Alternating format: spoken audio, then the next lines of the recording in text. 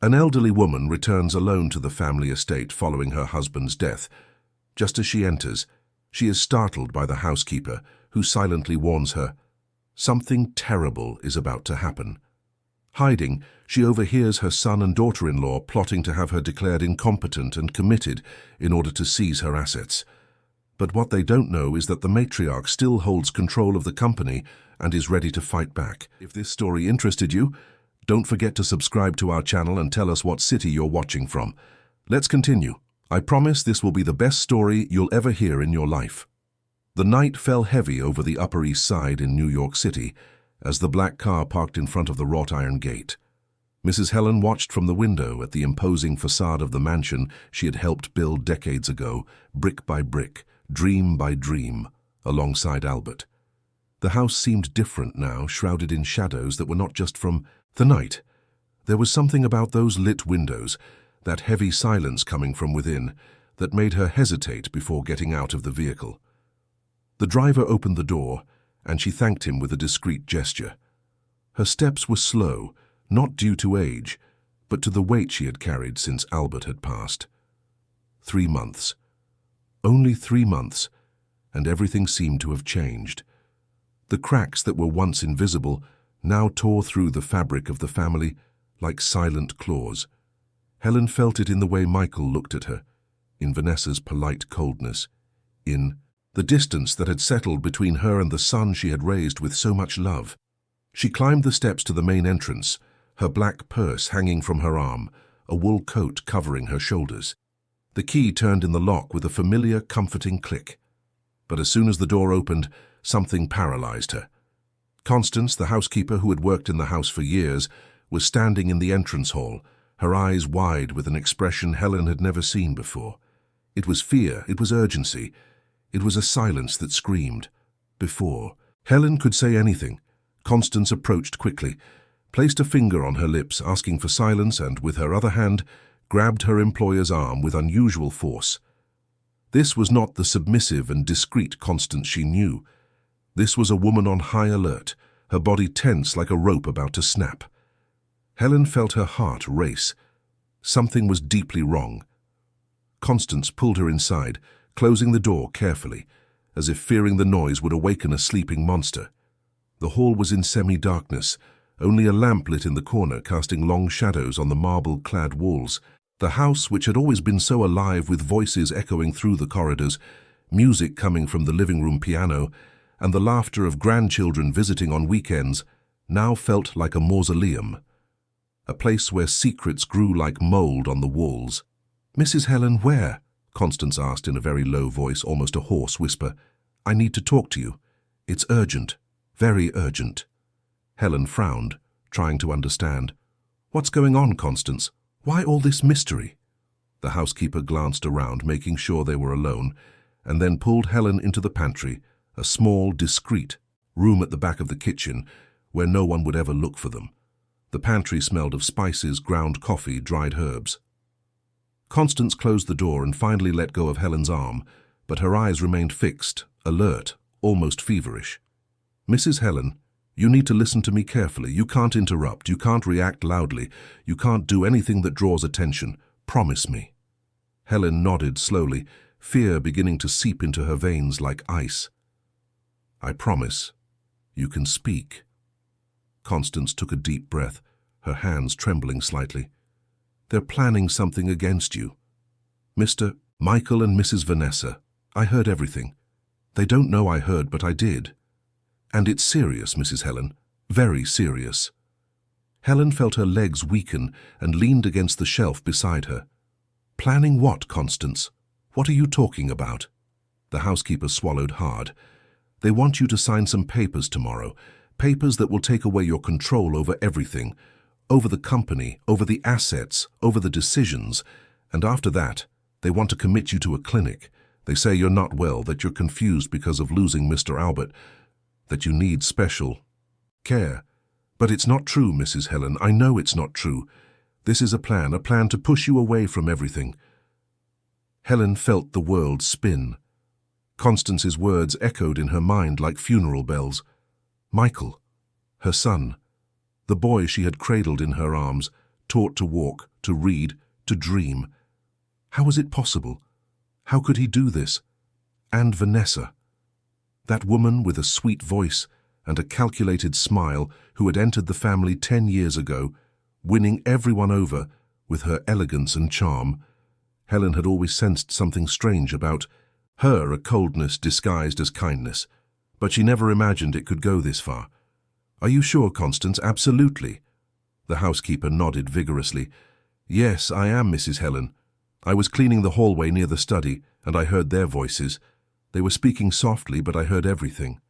Mrs. Vanessa was saying that tomorrow is the right day, that you're fragile, that you'll believe it's for your own good. And Mr. Michael, he didn't say much, but he agreed. He said it was for the best, that you would understand in time." Helen closed her eyes, trying to control her breathing. The pain she felt wasn't just betrayal, it was a collapse. It was the ground opening up beneath her feet. "Albert, how I miss you. How I need you now." She took a deep breath, searching for strength where she thought there was none left. "When are they planning to do this?" "Tomorrow morning. They're going to set up an appointment with a lawyer and a doctor. Everything is already arranged." Constance paused, and then added something that made Helen open her eyes. "But there's more, Mrs. Helen. There's something I need to tell you." Helen looked at her, waiting. Constance had tears in her eyes now. "Mr. Albert, God rest his soul, he hired me personally many years ago. It wasn't Mrs. Vanessa or Mr. Michael. It was him. And when he hired me, he asked me for one thing. He asked me to keep an eye on the house, on the people, on the conversations. He said he had a feeling that something wasn't right. He never told me exactly what, but he asked me to protect you in case something happened to him. He said he trusted me." Helen brought a hand to her chest, feeling the emotion tighten her throat. Albert knew. Somehow he knew. The man who had loved her for 52 years, who had built an empire by her side, who had departed so suddenly, leaving an impossible void to fill, he had foreseen that something like this could happen. And he had left Constance as a silent guardian, an invisible sentinel in the heart of the house. "Why did you never tell me this before, Constance?" "Because Mr. Albert asked me not to while he was alive. He said it was better that no one knew, not even you, but now with what's happening, I can't stay silent any longer. I can't let them do this to you. I can't betray the trust Mr. Albert placed in me." Helen held Constance's hands, squeezing them tightly. "Thank you. Thank you for warning me. Thank you for being loyal. You don't know how much this means to me." Constance smiled through her tears. "You've always been good to me, Mrs. Helen. You've always treated me with respect, with kindness. It's not just loyalty to Mr. Albert. It's loyalty to you, too." They stood there for a moment, two women united by a common cause, by a shared love for a man who was no longer there to defend them. Then Helen straightened up, dried her eyes, and took a deep breath. "I need to know more. I need to hear what they're saying now. Can you take me there without them seeing me?" Constance nodded. "I can, but we have to be very careful. The study is on the second floor and they're there now. They're still talking. I saw the light on when I brought you here. We'll take the back staircase, the one that leads to the east wing. From there you can hear everything without being seen." The two women left the pantry like shadows, crossing the kitchen in silence.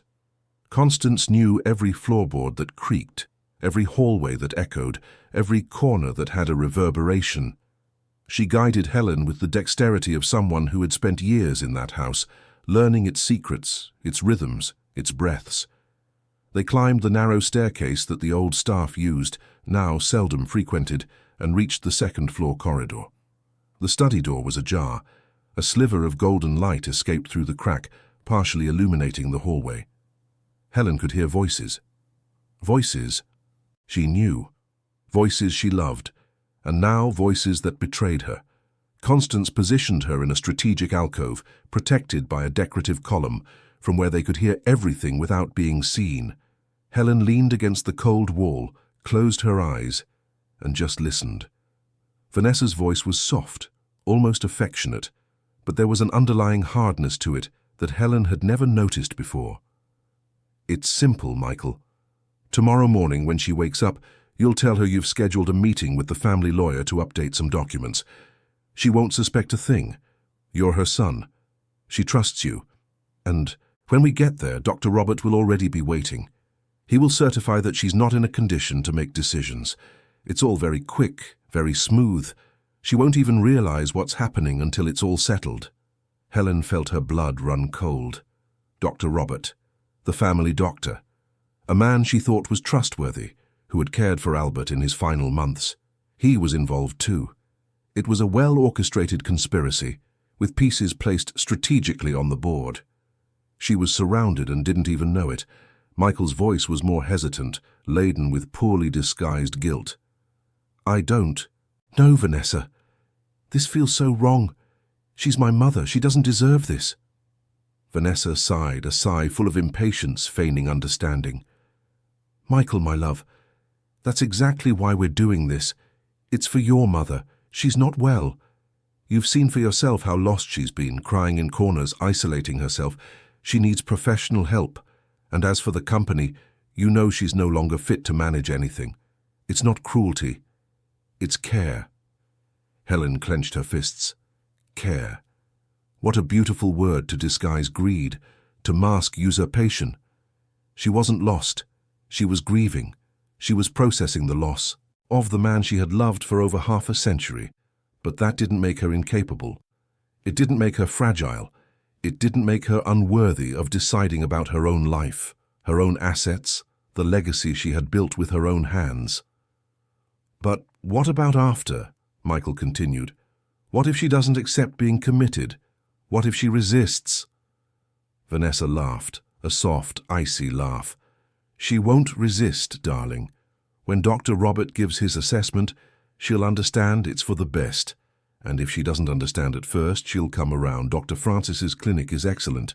She'll be well cared for, peaceful, away from all the pressure. And you will finally be able to take over the company, as you should have long ago. Your father always held you back, always kept you in his shadow. Now it's your turn. Helen felt a burning fury rise in her chest. That woman was manipulating Michael, poisoning his mind with half-truths and complete lies. Albert never held his son back. He prepared him, trained him, but he also knew Michael didn't yet have the maturity to take over alone. And now, with Albert gone, Vanessa saw the golden opportunity to seize control, using her husband as a puppet. Michael was silent for a long moment. Then, in a low voice, almost a whisper, he said something that broke Helen's heart. All right, let's do it. But I want it to be quick. I don't want her to suffer any more than necessary. Vanessa moved closer to him. Helen could hear the rustle of clothing, the sound of a kiss. You're a good son, Michael, and you'll be a great leader. Trust me. Helen had to put her hand over her mouth to stifle a sob. Constance, beside her, touched her shoulder, in a gesture of comfort.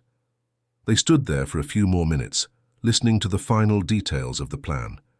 The time, 9 in the morning. The address, the lawyer's office on Park Avenue.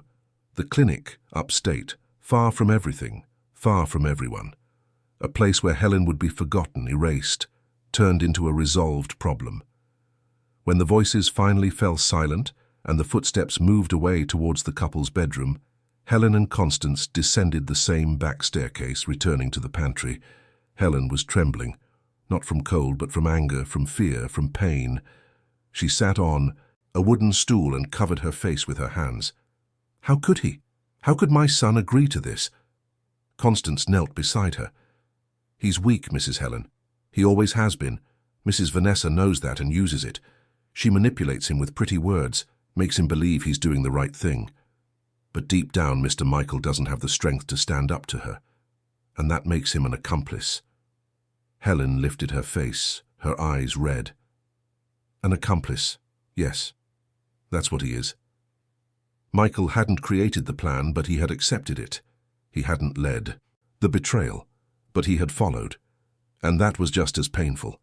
What do I do now, Constance? How do I stop this? The housekeeper took a deep breath. You need proof. You need something that shows you still have control over everything. Some document, some paper they don't know exists. Mr. Albert was very careful about these things. He must have left something. Something important, Helen thought. Albert was meticulous, organized, provident. If he suspected something like this could happen, he would have taken precautions. He would have left a trail. He would have protected what they built together. But where? Where would he hide something so important? "Constance," she continued, "do you know if Albert kept important documents in any specific place?" Constance thought for a moment. "There was the safe in the study, but Mrs. Vanessa and Mr. Michael know the combination. Mr. Albert told me once that he had a secret place, but he never told me where. He said only you would know, when the time was right." Helen frowned. A secret place that only she would know. She closed her eyes, searching her memory. 52 years of marriage, of intimacy, of shared secrets. And then, like a lightning bolt, the memory came. The library, the painting. Albert had a habit of hiding important things behind paintings. It was a quirk of his, an eccentricity she found amusing. He used to say that thieves always looked in safes and drawers, but never behind works of art. And there was a specific painting, a landscape of Charleston that he adored, that hung in the first-floor library. A painting he would touch fondly every time he passed it. "Constance," Helen said, standing up suddenly, "I need to go to the library now." The housekeeper nodded. "I'll go with you, but we have to be careful. If they come down and see us, all will be lost." Helen agreed. They left the pantry once more, moving through the house like ghosts. The library was a sanctuary, walls lined with mahogany shelves, old and new books mingling, the smell of paper and wisdom in the air. Helen turned on only a discreet lamp in the corner and walked to the painting. The landscape of Charleston, with its historic churches, its distant hills, its eternally blue sky. Albert had spent hours contemplating that painting. He said it reminded him of where he came from, of his roots, of the struggle. With trembling hands, Helen lifted the painting from the wall, and there, taped to the back of the frame with adhesive tape yellowed by time, was a sealed envelope. Helen's heart raced. Constance approached, her eyes wide. "That's it, Mrs. Helen. That's what we were looking for." Helen carefully tore open the envelope, pulling out a set of documents. There were letter-headed papers, notarized signatures, official stamps, and on top a handwritten letter in Albert's unmistakable script. She began to read, tears blurring her vision. "My dearest Helen, if you are reading this, it is because something has happened to me and because something is happening to you. I always knew Vanessa was not to be trusted. I saw the way she looked at the company, at the assets, at the power. And I saw how Michael, our beloved son, is easily influenced by her. For that reason, I took precautions. The attached documents prove that you never relinquished majority control of the holding company.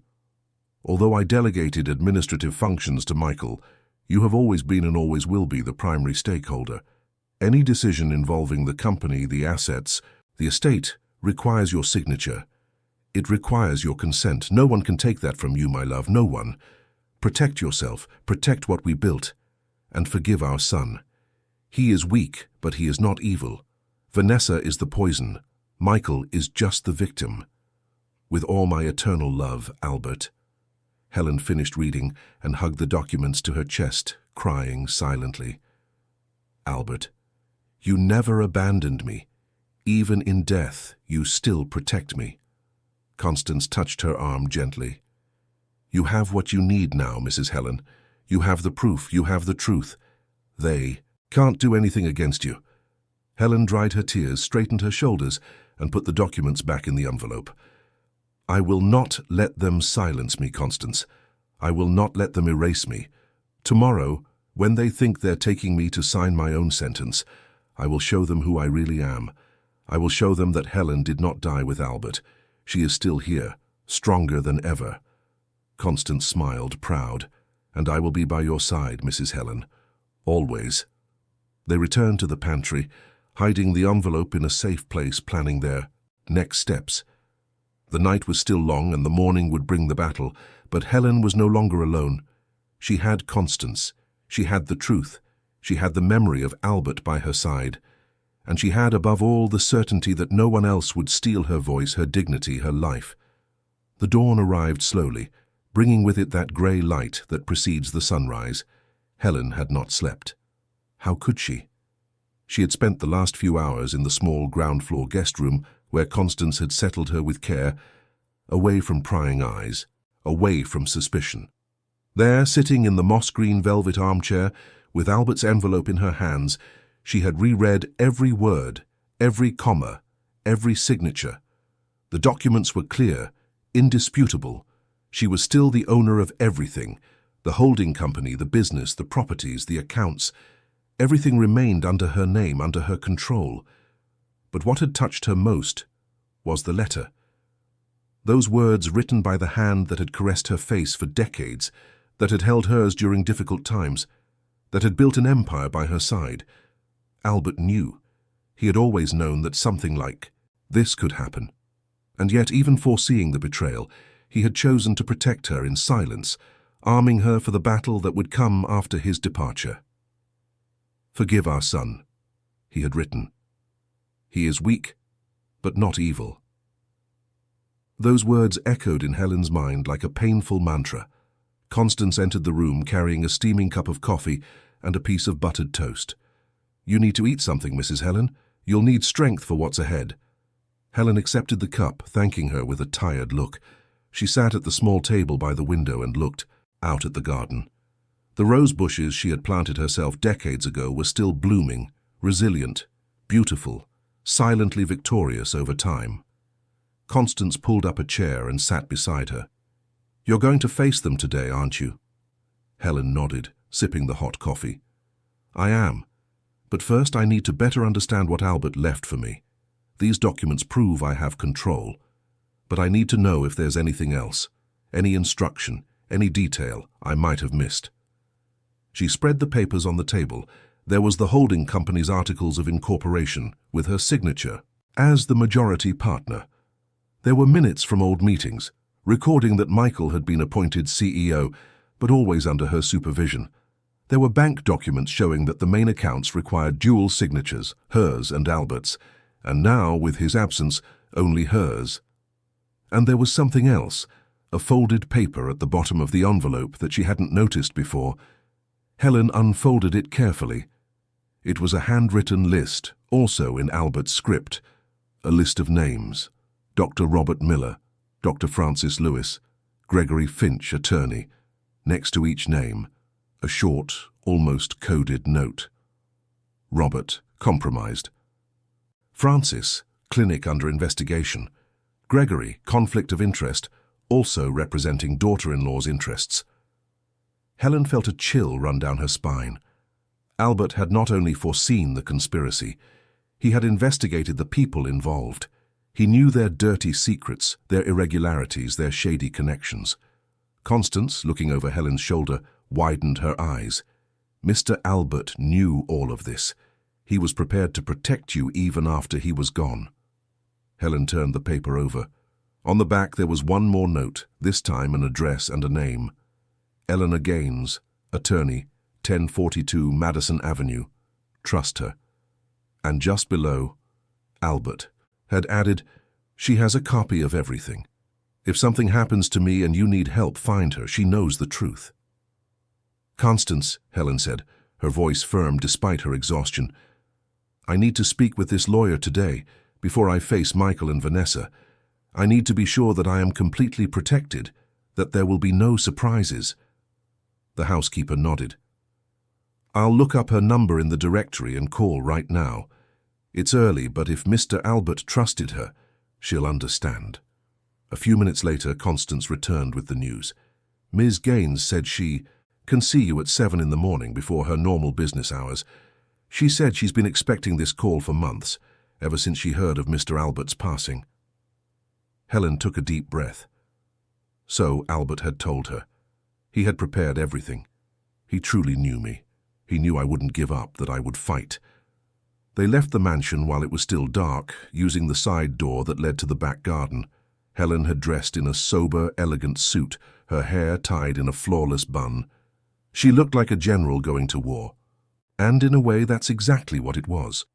Constance had called a trusted driver, a retired gentleman who had worked for the family for years and who, according to her, would be as discreet as a tomb. The drive to Eleanor Gaines's office was silent. Helen watched the city wake up, the first lights turning on in the buildings, workers walking to bus stops, life carrying on, indifferent to personal dramas.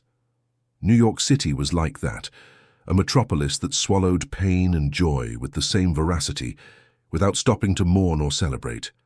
The office was in an elegant building on the Upper East Side, with a discreet doorman and silent elevators.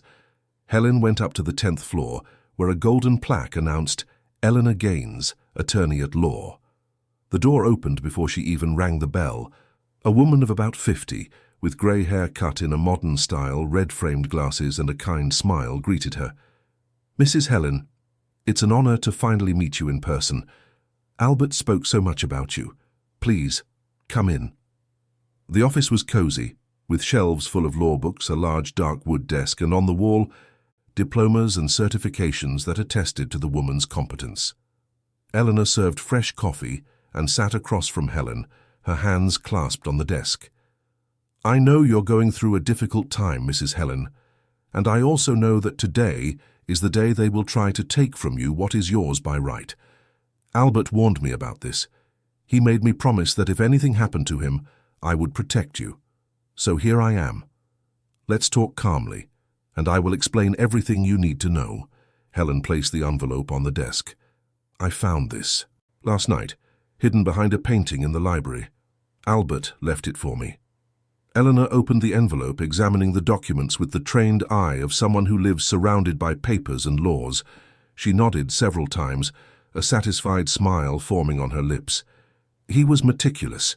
These documents are perfect, Mrs. Helen. They prove without a shadow of a doubt that you never relinquished majority control of the holding company. Any attempt to remove you, to have you declared incompetent, or to take over the assets without your consent is legally void." "But what about Dr. Robert?" Helen asked. "And the lawyer Michael hired? Can't they claim I'm incapacitated?" Eleanor sighed, taking off her glasses and carefully cleaning the lenses. "They can try, but to do that, they would need a legitimate medical evaluation issued by a board of specialists, not just by a family doctor, who clearly has a conflict of interest. And even if they got such an evaluation, it would have to be approved by a court, which takes time, analysis, and contestation. It's not something that can be done overnight as they plan. And there's more," Eleanor continued, putting her glasses back on. "Albert left me a copy of everything, the contracts, the bylaws, the minutes, and he also left me information about the people involved in this plan. Dr. Robert, for example, is being investigated by the State Medical Board for issuing false reports in exchange for payment. Dr. Francis, the owner of the clinic they want to commit you to, has a history of complaints for malpractice and wrongful commitment, and the lawyer, Gregory Finch, has already been admonished by the Bar Association for unethical conduct." Helen felt a mixture of relief and indignation. "So this is all a sham, a performance, to rob me?" "Exactly," Eleanor confirmed. "And the mastermind behind it is your daughter-in-law, Vanessa. Albert discovered months before he passed that she had been maneuvering behind the scenes, preparing the ground, cultivating alliances. He came to me, told me everything, and together we prepared this safety net. He wanted you to be safe, even if he was no longer here to defend you personally." Helen felt tears threatening again, but she held them back. "Albert, you went all the way. Even when you were sick, even knowing your time was short, you fought for me." Eleanor reached out and touched Helen's hand gently. "He loved you very much, Mrs. Helen, and he knew you were strong. That's why he left the tools, but not the script. He knew you would know what to do when the time came." "And what do I do now?" Helen asked. "Do I go to the office of this lawyer Michael hired, confront my son, expose Vanessa?" Eleanor thought for a moment. "I suggest you go, yes, but not alone. I will go with you. As your legal representative, we will make it clear from the beginning that any attempt at manipulation will be met with the full force of the law, and we will bring these documents along with the information about the misconduct of those involved. That will disarm them." Helen nodded. "All right, we'll go together. Constance is coming too. She was the one who alerted me. who saved me from this trap. I can't leave her out." Eleanor smiled. "It's settled. We will show them that Helen is not a victim. She is a fighter." They spent the next hour reviewing every detail, every possible argument that Vanessa and her accomplices might use. Eleanor was meticulous, prepared, sharp as a blade. Helen felt for the first time in months that she was not adrift. She had a safe harbor, she had allies, she had ammunition, and above all, she had the truth. At 8:30 in the morning, Helen, Eleanor, and Constance got in the car and headed for Park Avenue. The traffic was heavy, as always at that hour, but Helen barely noticed. Her mind was focused on what was to come. Michael, her son, the boy she had rocked to sleep, taught to ride a bike, watched at graduations and achievements. How had they come to this? How could a mother's love, so pure and unconditional, be repaid with betrayal? Albert's letter had said to forgive him. It said Michael was weak, but not evil. Helen wanted to believe that. She needed to believe it. But forgiving didn't mean forgetting. It didn't mean letting it go. It meant facing, confronting, and then perhaps rebuilding. Gregory Finch's law office was in a commercial suite on the 20th floor of a modern, all-glass building overlooking the avenue. When Helen entered, accompanied by Eleanor and Constance, the receptionist seemed surprised. "Good morning. Do you have an appointment?" Helen lifted her chin. "I do. 9 o'clock, with my son, Michael." The receptionist checked the schedule and nodded. "Oh yes, Mr. Michael has already arrived. He's in the conference room with his wife and Dr. Robert. I'll let them know you're here." "No need," Helen said, her voice firm. "I'll announce my own arrival." And before the receptionist could protest, Helen crossed the hall and opened the conference room door. The silence that fell was almost palpable. Michael was sitting at the head of the table with Vanessa beside him, elegant in a white suit that contrasted with her dark hair. On the other side sat Dr. Robert, a middle-aged man with a prominent belly and thick-lensed glasses. And at the opposite end of the table was the lawyer, Gregory, too young for his arrogance, with a smile that died on his lips as soon as he saw Helen enter. "Mother," Michael stood up, his voice hesitant. "You're early." "I'm right on time," Helen replied, entering the room followed by Eleanor and Constance. "And I brought company. This is Eleanor Gaines, my attorney. And you all know Constance." Vanessa also stood, a forced smile on her face.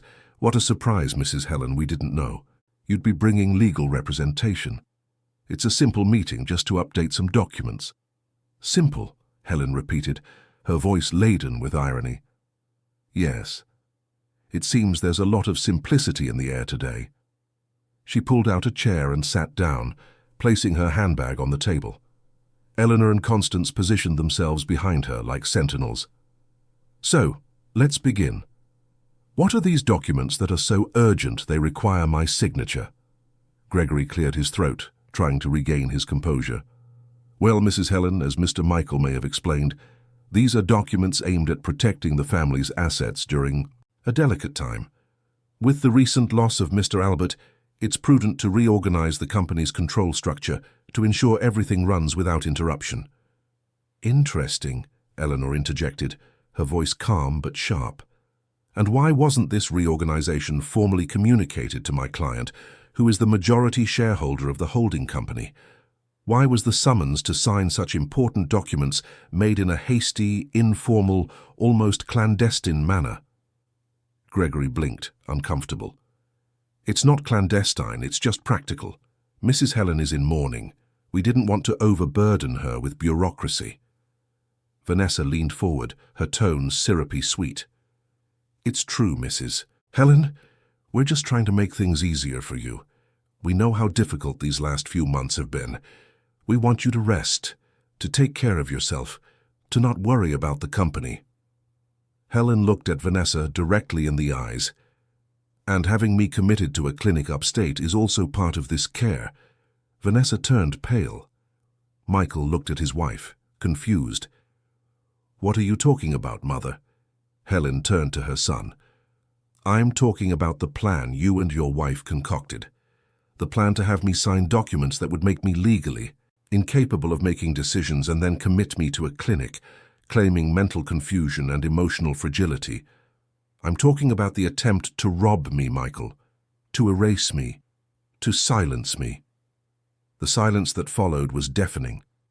Michael opened his mouth, then closed it, unable to form words. Vanessa, on the other hand, maintained her composure, but the mask was cracking. "That's absurd, Mrs. Helen. Who put these ideas in your head?" "No one," Helen replied. "I heard it myself. Last night, I heard you talking in the study. Every word, every detail of the plan." Vanessa tried to laugh, but the sound came out false. "You must have misheard. It must have been the medication, the fatigue, the grief." Helen stood up, leaning her hands on the table. "I did not mishear, and I am not confused. I am perfectly lucid, and I'm going to prove it now." She opened her handbag and took out the envelope Albert had left. "These are documents my husband, foreseeing that something like this might happen, left for me. They prove that I never relinquished majority control of the holding company, that any decision about the company, the assets, the estate, must go through me, and that any attempt to remove me, to have me declared incompetent, or to take what is mine without my consent, is legally void." Eleanor took the documents and spread them on the table for everyone to see. Contracts, minutes, bank statements. All authenticated, notarized, indisputable. "And there's more," Eleanor said. "We have information on the misconduct of the professionals involved in this plan. Dr. Robert, who is under investigation for issuing false medical reports, Dr. Francis, whose clinic has complaints of malpractice, and Mr. Finch, who has been admonished by the bar for unethical conduct. Would you like me to read this information aloud, or would you prefer to maintain a shred of dignity and end this farce now?" Dr. Robert stood up, his face red. "This is slander. I'll sue you." Eleanor smiled coldly. "Go ahead, but know that I have documented proof of everything, and that the Bar Association and the Medical Board will be very interested to learn you were involved in a fraudulent attempt to have someone declared incompetent." Gregory also stood up. "I knew nothing about this. I was hired to draft legitimate documents." Eleanor turned to him. "Then I suggest you review your definition of legitimate, and that you choose your clients more carefully in the future." Vanessa, seeing her house of cards crumble, tried one last attack. "You're making an unnecessary scene, Mrs. Helen. All of this could have been resolved within the family, calmly, with respect." "Respect?" Helen repeated, her voice trembling with restrained emotion. "You speak of respect after planning to rob me, after manipulating my son, after trying to erase me as if I were a problem to be solved? You don't know the meaning of the word, Vanessa." Michael, who had remained silent until then, finally spoke. "Mother, I didn't know it was like this. Vanessa told me it was for your own good, that you were suffering, that you needed help. I believed her." Helen looked at her son, her eyes welling up. "You believed because you wanted to believe, Michael, because it was easier than facing the truth. Your father said you were weak.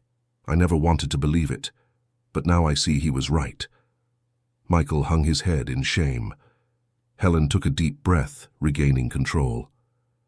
"I'm going to give you a chance, Michael. One single chance. If you walk away from this woman, if you take responsibility for your actions, if you prove there is still something good in you, we can rebuild our relationship. But if you choose to stay by her side, if you choose greed over family, then you have lost me. Forever." Vanessa stood up abruptly. "You can't do this. You can't take my husband from me." Helen smiled, a sad smile. "I'm not taking him. I'm giving him a choice, and we'll see what he decides. This meeting is over. I'm not signing anything. I'm not going to any clinic, and if you try to force me into anything, I will use every legal resource available to protect what is mine. Are we understood?" No one answered.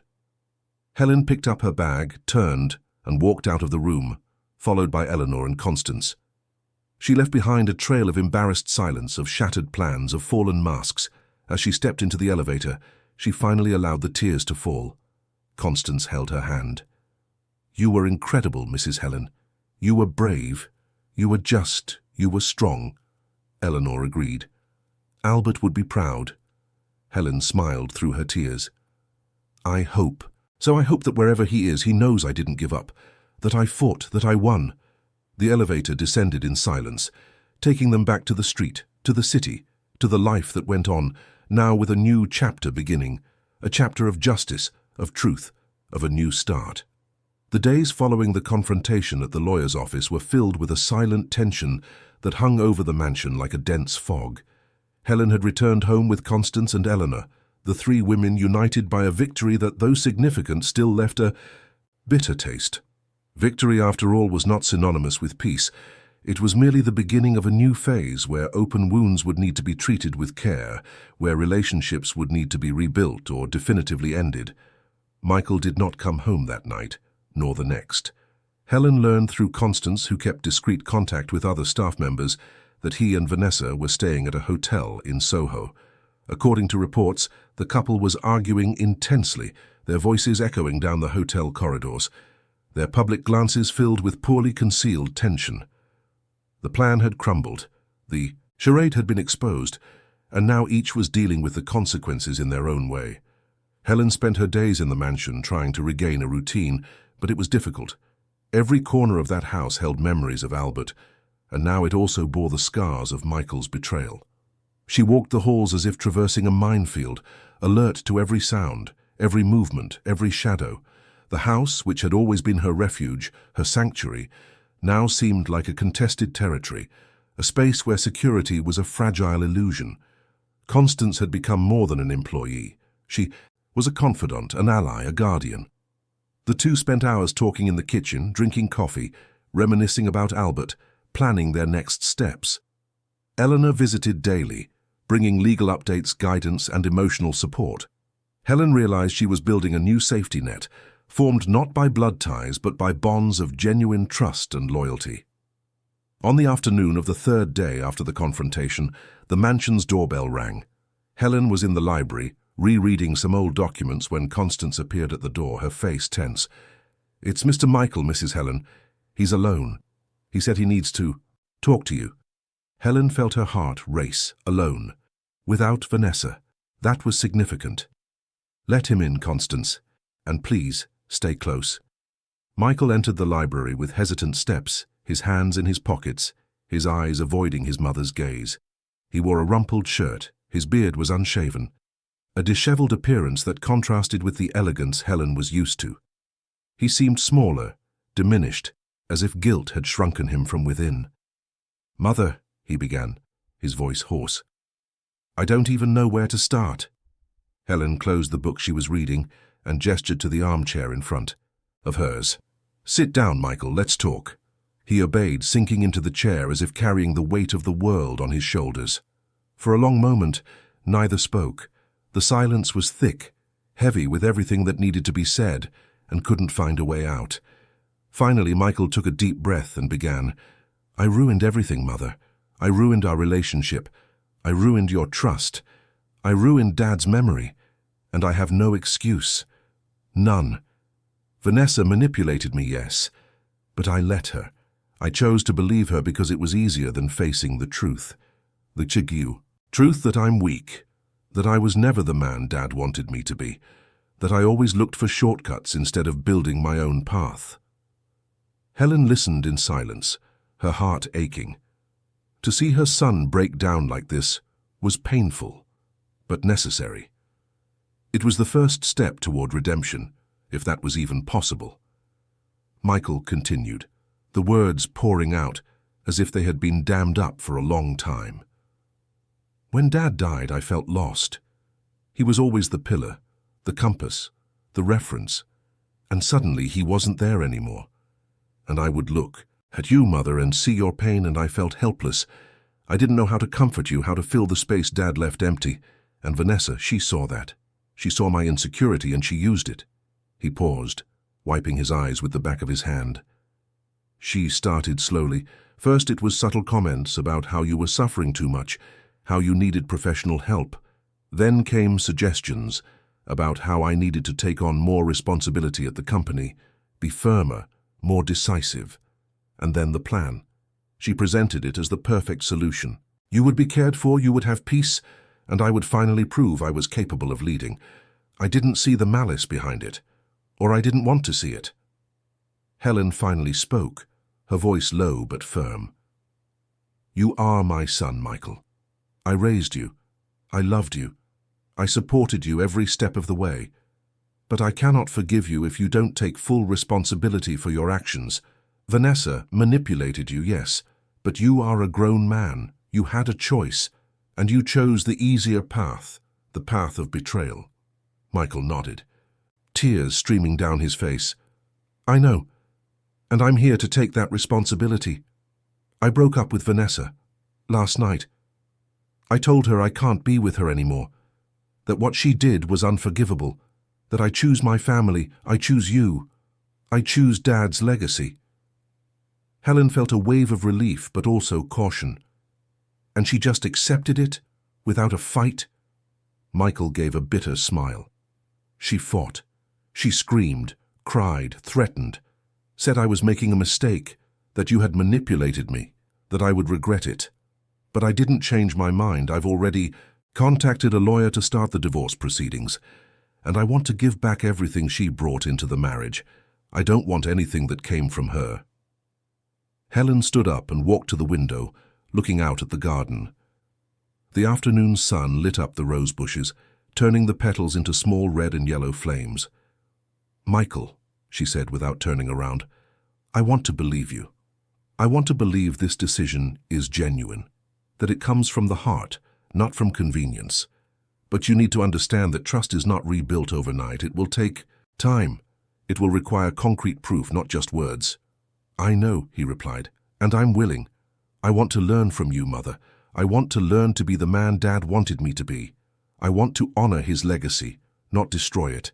I want to rebuild our relationship step by step the right way. Helen turned to him, her eyes shining. Then let's start now. Tomorrow, you will come with me to the office. We will review all the operations together, all the decisions you've made in the last few months. We will identify what needs to be corrected, what needs to be kept. And you will show me that you are capable of leading, not because someone manipulated you into it, but because you have genuinely learned and grown. Michael stood up, approaching his mother. Thank you. Thank you for giving me this chance. He held out his hand, hesitant, and Helen, after a moment, took it. It was a fragile beginning, but it was a beginning. Constance, watching from the doorway, smiled discreetly. There was hope, small, delicate, but it was there. That night, Helen slept a little better. It wasn't complete peace, but it was the start of a reconciliation. However, in the middle of the night, she was awakened by a strange noise, the sound of breaking glass coming from the ground floor. Constance heard it too and appeared in Helen's room, her face pale. There's someone in the house, Mrs. Helen. Helen quickly put on her robe and the two went downstairs carefully, Constance holding a broom handle like a makeshift weapon. When they reached the living room, they found the side window shattered, shards of glass scattered on the floor, and there, standing in the middle of the room with a rock in her hand and her eyes bloodshot with fury, was Vanessa. She wore a dark dress, her hair was disheveled, her makeup smeared. She looked like a distorted version of the elegant woman Helen knew, a version consumed by rage and defeat. Vanessa, Helen said, keeping her voice calm despite the shock. What are you doing here? Vanessa laughed, a hysterical, humorless laugh. What am I doing? I'm here to take back what's mine. You thought you'd get away with it, didn't you? You thought you'd destroy me and I would just accept it passively. Well, you're mistaken, Helen. Very mistaken. Constance took a step forward, protectively. You need to leave now, or I'm calling the police. Vanessa pointed the rock at Constance. You stay quiet. This is none of your business. This is between me and the hag who destroyed my marriage. Helen felt anger rise, but she controlled it. I didn't destroy your marriage, Vanessa. You did that yourself when you decided to conspire against me, when you decided to use my son as a pawn in your dirty game. Vanessa took a step forward, her eyes flashing. Your son, your precious son. He's pathetic. A man, with no spine, no ambition, no strength. I made him into someone relevant. I gave him purpose, and you, with your talk of loyalty and family, you took that away from him. You took away his chance to be great. Helen took a deep breath. You gave him nothing, Vanessa. You used him. And now that he's woken up to the truth, you can't accept losing control. Vanessa threw the rock to the floor, the sound echoing through the room. You don't know anything. You don't know what it's like to fight your way up, to earn a place. You were born with a silver spoon, married a rich man, had everything handed to you. I had to struggle, I had to work hard, I had to use every weapon available to get where I am, and I won't let some arrogant old woman take that from me. Helen took a step forward, her voice now carrying an authority Vanessa had never seen before. You are mistaken about me, Vanessa. I wasn't born with a silver spoon. I was born into a simple family, in a small town in South Carolina. I worked since I was a teenager, studied at night, faced prejudice for being a woman in a man's world. I met Albert when he was also just a young man with dreams and a lot of hard work ahead of him. We built everything together, from scratch, with sweat, tears, and sacrifice. So don't you dare lecture me about struggle because you don't know the half of what I've been through. Vanessa was silent for a moment, the mask of fury cracking to reveal something deeper. Pain, frustration, defeat. Then she whispered, her voice breaking. I just wanted a place that was mine, where I could be in charge, make decisions, be respected. But now I've lost everything, my husband, the house, the future, everything. Helen felt a pang of compassion, but she didn't let it soften her completely. You didn't lose because of me, Vanessa. You lost because you chose the wrong path, because you chose greed over honesty. If you had come to me, talked, worked together, maybe things would have been different. But you chose betrayal, and now you're reaping the consequences. Vanessa wiped her eyes, took a deep breath, and for a brief moment seemed human again. I'm sorry for breaking into your house, for breaking the window, for everything. I'm not a bad person, Helen, I just went too far. Helen nodded. I know. And I hope you learn from this. Now go. And don't come back. Vanessa turned and walked out the front door, leaving behind the shards of glass and the shards of her own life. Constance let out the breath she had been holding. My goodness, Mrs. Helen, you were incredible. Helen smiled, tired. No, I was just honest. Sometimes honesty is the most powerful weapon we have. They cleaned up the shards, boarded up the window temporarily, and went back to their rooms. But Helen knew sleep wouldn't come easily. There was still much to be resolved. The next day, as promised, Michael showed up early at the mansion. He wore an impeccable suit. His hair was neat, his beard shaved. He looked like the son Helen knew before Vanessa, before the greed, before the betrayal. They had breakfast together, a quiet but comfortable meal, and then headed to the office.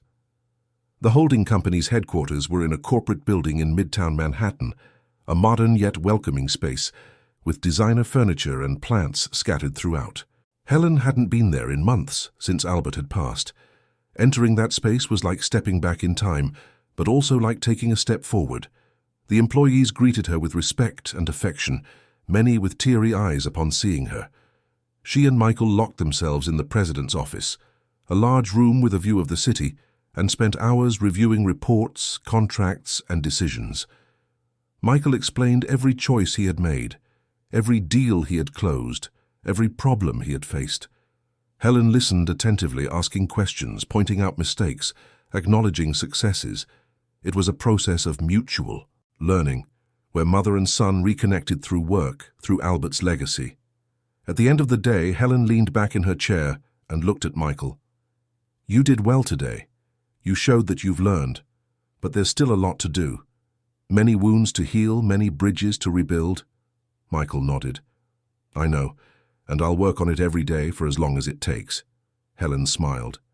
Then we're in this together, mother and son, as it should have been from the beginning. That evening, upon returning to the mansion, Helen found a letter in the mailbox. It was from Vanessa, a long handwritten letter full of apologies and acknowledgements. She admitted her mistakes, asked for forgiveness, and announced that she was leaving New York, returning to her hometown in Ohio. She said she needed a fresh start, far from everything, far from everyone, and she wished Helen and Michael happiness. Helen read the letter sitting on the porch as the sun set behind the buildings. Constance approached, bringing a cup of tea. So, Mrs. Helen, can you forgive? Helen folded the letter and put it in her pocket. Forgiving doesn't mean forgetting. It means releasing. Releasing. The anger, the hurt, the weight, and yes, I think I can. In time. Constance smiled. Mr. Albert would be proud of you. Helen looked at the sky where the first stars were beginning to appear. I hope so.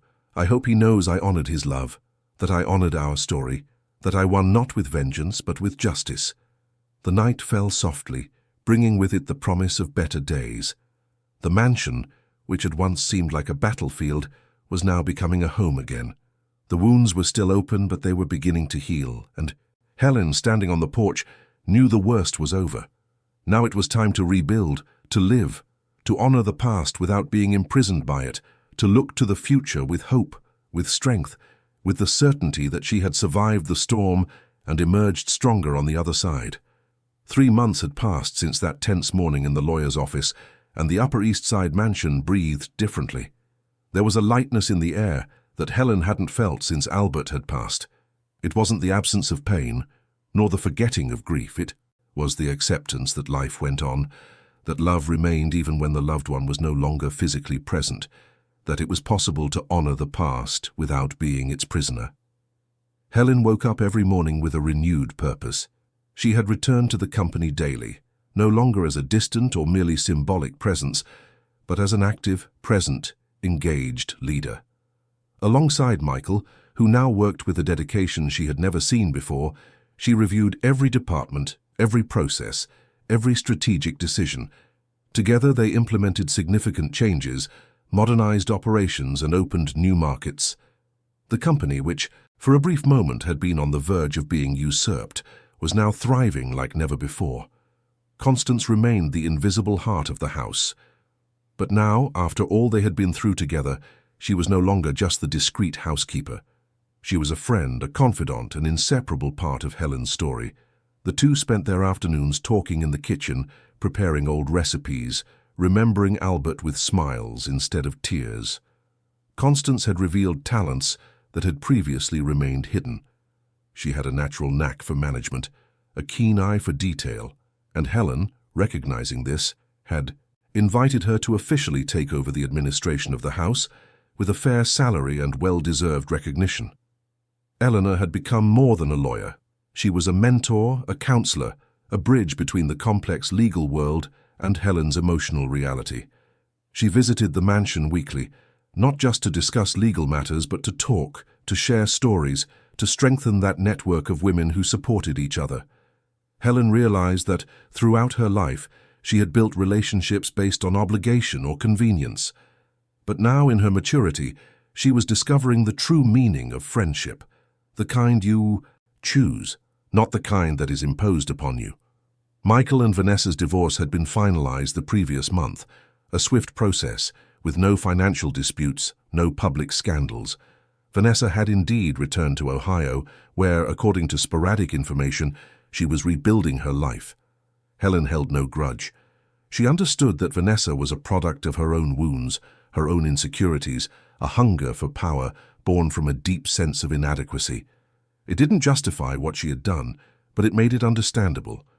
And understanding, Helen had learned, was the first step toward true inner peace. Michael had transformed. Not overnight, not by magic or miracle, but through hard work, intense therapy, and a genuine commitment to change. He attended weekly sessions with a psychologist recommended by Eleanor, where he unpacked years of insecurity, fear, and emotional dependency. He spoke openly with Helen about his failings, his regrets, his efforts to be better. And more importantly, he showed through actions, not just words, that he deserved the second chance he had been given. One morning, while they were having coffee on the mansion's porch, Michael looked at his mother with a mixture of gratitude and seriousness. "Mother, I wanted to talk about something important." Helen put down her cup, attentive. "You can speak, son." Michael took a deep breath.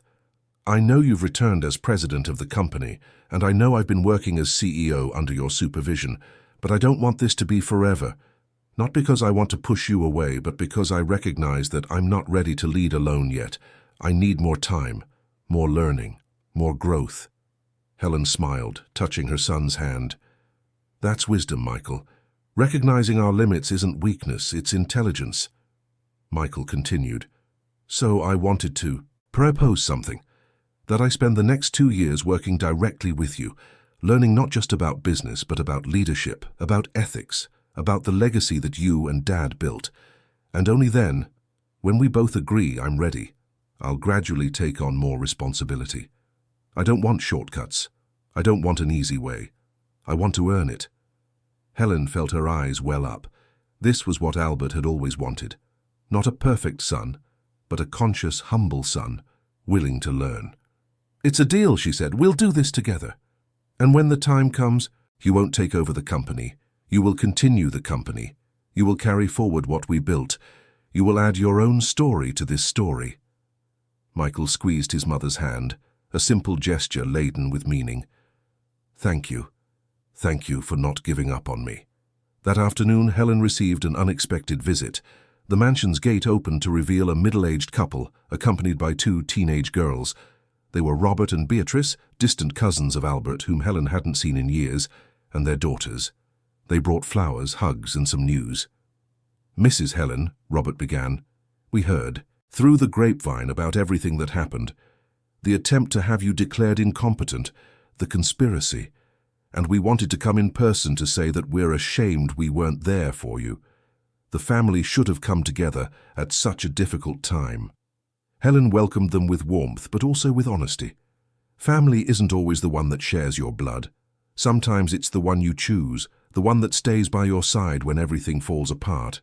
You weren't here, it's true, but other people were, and they are the ones I consider my true family now. Beatrice, with tears in her eyes, approached. We understand, and we want, if you'll allow us, to rebuild that bridge, not out of self-interest, but out of genuine affection, for the respect we had for Albert and for you. Helen thought for a moment, then she nodded. Bridges are built slowly, brick by brick, visit by visit, but I'm willing to try. They spent the afternoon together, talking, reminiscing, laughing at old anecdotes. The teenagers explored the garden, enchanted by the rose bushes Helen cultivated. And when they left, as night fell, they left the promise to return, to be present, to be a true part of Helen's life. The months continued to flow, each bringing small victories, small healings. Helen started painting again, a hobby she had abandoned years ago for lack of time. She transformed one of the guest rooms into a studio, where she spent Sunday afternoons creating colorful landscapes, emotional abstractions, portraits from memory. Constance often sat beside her, knitting, the 2 women sharing comfortable silences. Michael started dating again. A woman named Laura, a history teacher, simple, genuine, without pretense. When he introduced her to Helen, he was visibly nervous. Mother, I know it's early. I know you might have reservations after everything that happened with Vanessa. But Laura is different. She's honest, she's real. And I don't want to hide this from you. I want your opinion, your blessing. Helen spoke at length with Laura, observing her gestures, her words, her eyes. And she saw in her something she had never seen in Vanessa: authenticity. Laura spoke about her life without masks, about her dreams without exaggeration, about her values without artificiality. And more importantly, she looked at Michael with genuine affection, not with the calculating eyes of someone who saw an opportunity. Helen blessed the relationship with sincerity, but she also warned Michael, don't repeat the mistakes of the past. Don't put this woman on a pedestal, but don't be submissive either. Build a partnership of equals, of mutual respect. He promised he would do just that. On the 1-year anniversary of Albert's passing, Helen organized an intimate ceremony in the mansion's garden. It wasn't a wake. It was a celebration of the life he had lived, the love he had shared, the legacy he had left. Present were Michael, Laura, Constance, Eleanor, Robert and his family, and a few old company, employees who had worked directly with Albert. Helen had prepared a speech, but when the moment came, the words flowed from her heart without needing paper. Albert was the love of my life, but he wasn't just my partner. He was my teacher, my collaborator, my best friend. Together, we built something that goes beyond companies and assets. We built a story of love, of struggle, of overcoming, and when he left, I thought a part of me had gone with him. But I've learned that he didn't leave. He remains. In every wise decision I make, in every challenge I face with courage, in every moment I choose justice over revenge, truth over convenience. Albert is here, and he always will be. She lit a candle on a small table decorated with photos of Albert, and each person present did the same, until the garden glowed with the soft light of dozens of flames. Constance held Helen's hand, tears streaming silently down her face. Michael hugged his mother, whispering an apology to the father who was no longer there to hear, but who surely felt it from wherever he was. The evening ended with stories, laughter, and a sense of peace that Helen hadn't experienced in a long time. The following months brought professional news. The company closed a major contract with a European multinational, expanding operations into the international market.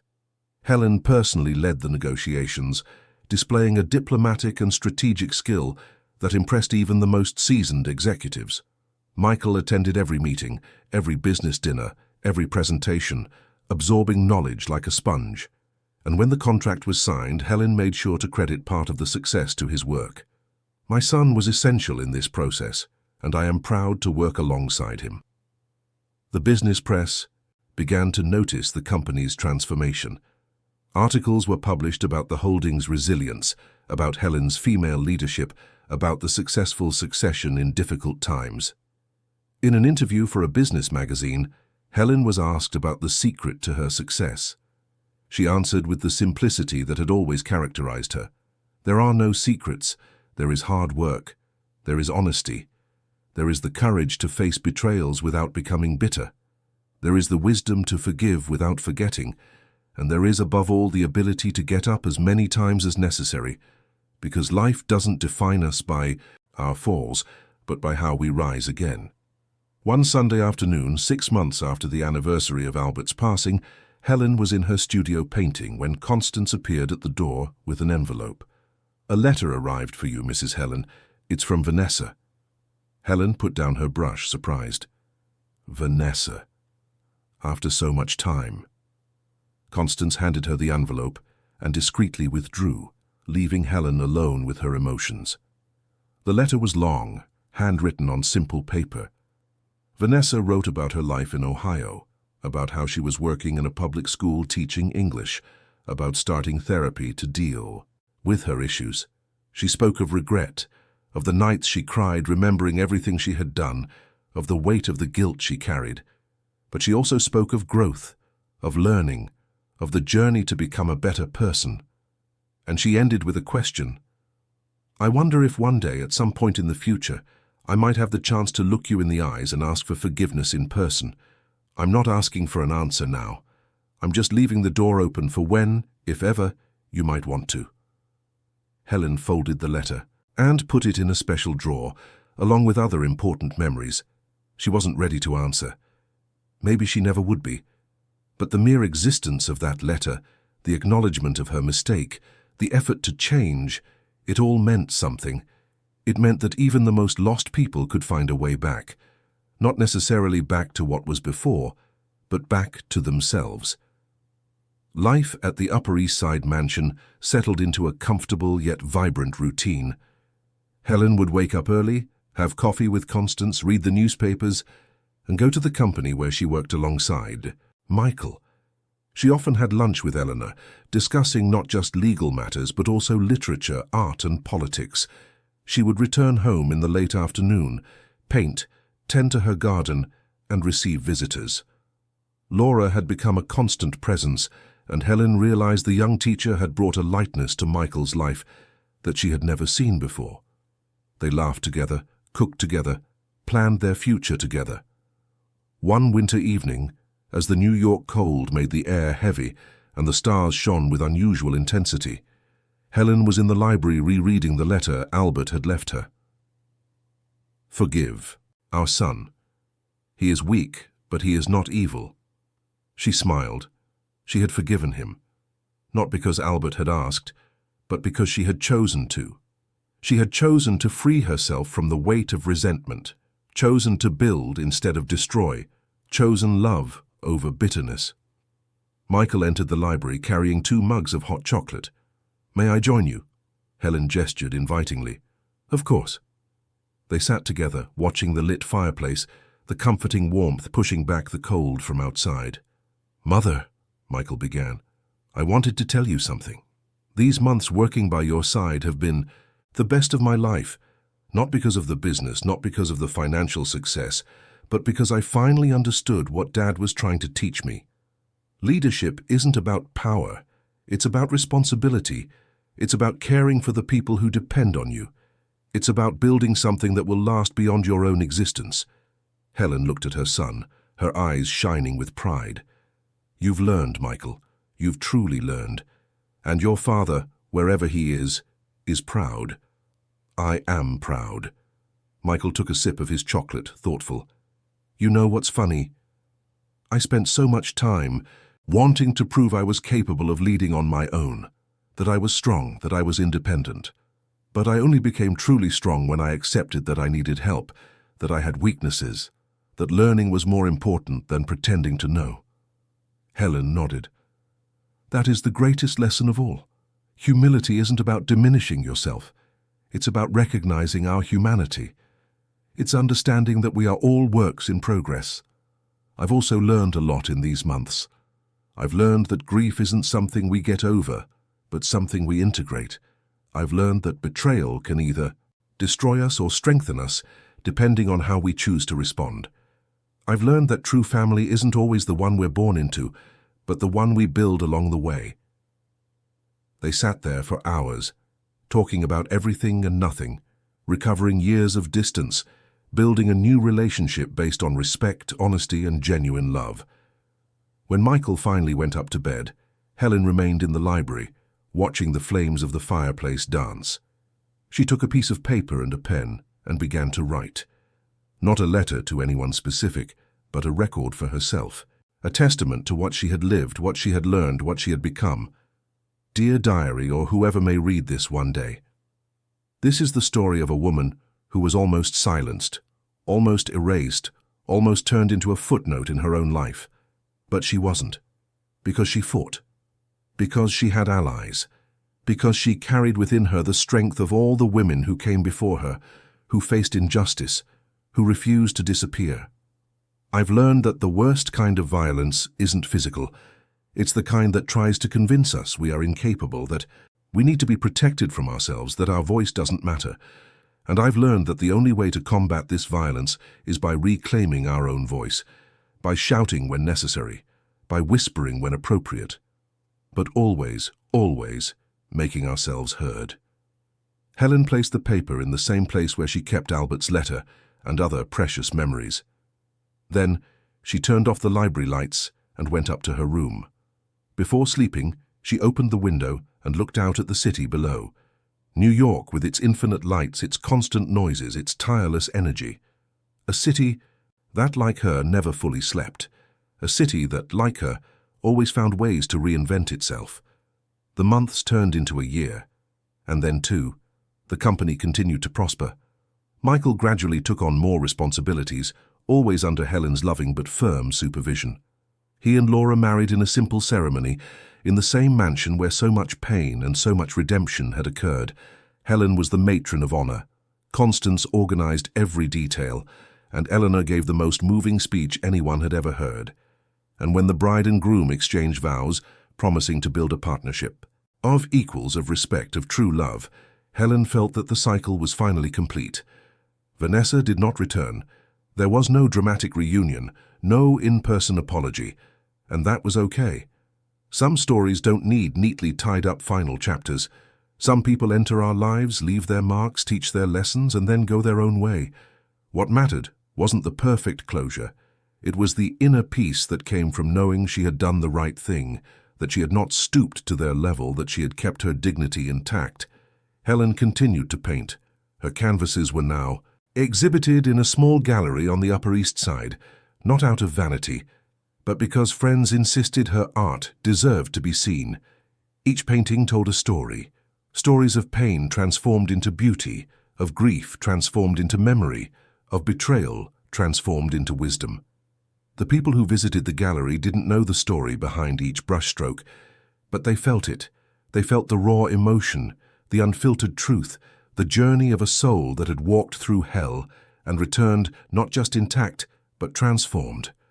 Constance gradually became more than the house administrator. She became an informal advisor to the company.